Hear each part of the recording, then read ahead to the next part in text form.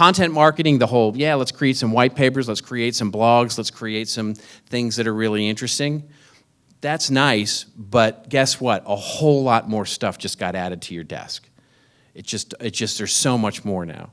That brings us to the second disruption that we're seeing, which I'm calling the return of push content. So I'm old enough, and I have the gray hair to show it now, I'm old enough to remember the days of AOL and CompuServe and signing online and listening to that wonderful little tone of the modem trying to connect and do the handshake and all that wonderful stuff. Yeah, I remember it all. And in those days, you would sign on to whatever online service, and the content you got was the content you got. That was it. That's what you got. If you went to Yahoo, you really desperately hoped Yahoo got updated, because it was a manually built index of all the interesting sites on the internet. And what did we do? We surfed the internet. That was sort of becoming an entertainment. An idea of research was to actually just go surf websites, which is weird today. It seems weird that you're actually just surfing, hoping that you were going to come across something interesting.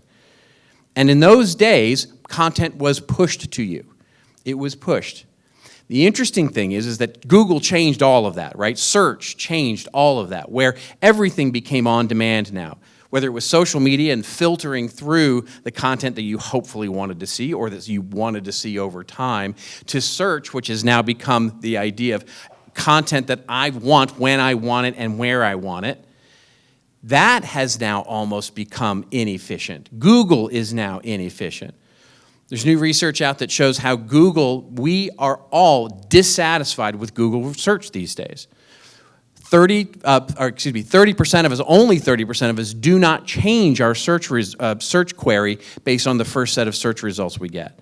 And you know this, you've lived this every day. You go to Google and you search for something, that's not what I wanted, and you change your search, and that's not what I wanted, and so you add more, you change out the keywords, you're trying to get exactly what you want. Research now shows that we believe, as consumers, we believe Google is getting dumber. And Google's not getting dumber. The thing is, there's just so much content to serve us. Google is actually trying to get smarter. Because as my friend, the SEO expert Arne Keene used to say, the best place to hide a dead body is the second page of Google search results. And so if we don't find it on the first page, we're not looking any further. And so Google has to be much smarter about surfacing that content. They also have a monetary reason to want to do that, surface that content and get it up there. And so we're all fighting for that real estate. Everybody's fighting for that real estate with Google search. And so they're trying to even pull it, surface up that, push the content to us. We've all been TikToked. TikTok doesn't have search, really. I mean, they do have search, but you don't use it. Anybody, or your kids, anybody, some closet TikTok watchers here? I'm sure there's some closet TikTok watchers here. My wife is now addicted to TikTok. She's on, I can hear it in the other room. All the same songs you hear, oh no, oh no, oh no, yeah, right? And you're like, okay, she's on TikTok again. So all of that is content that is pushed to you. It learns quickly.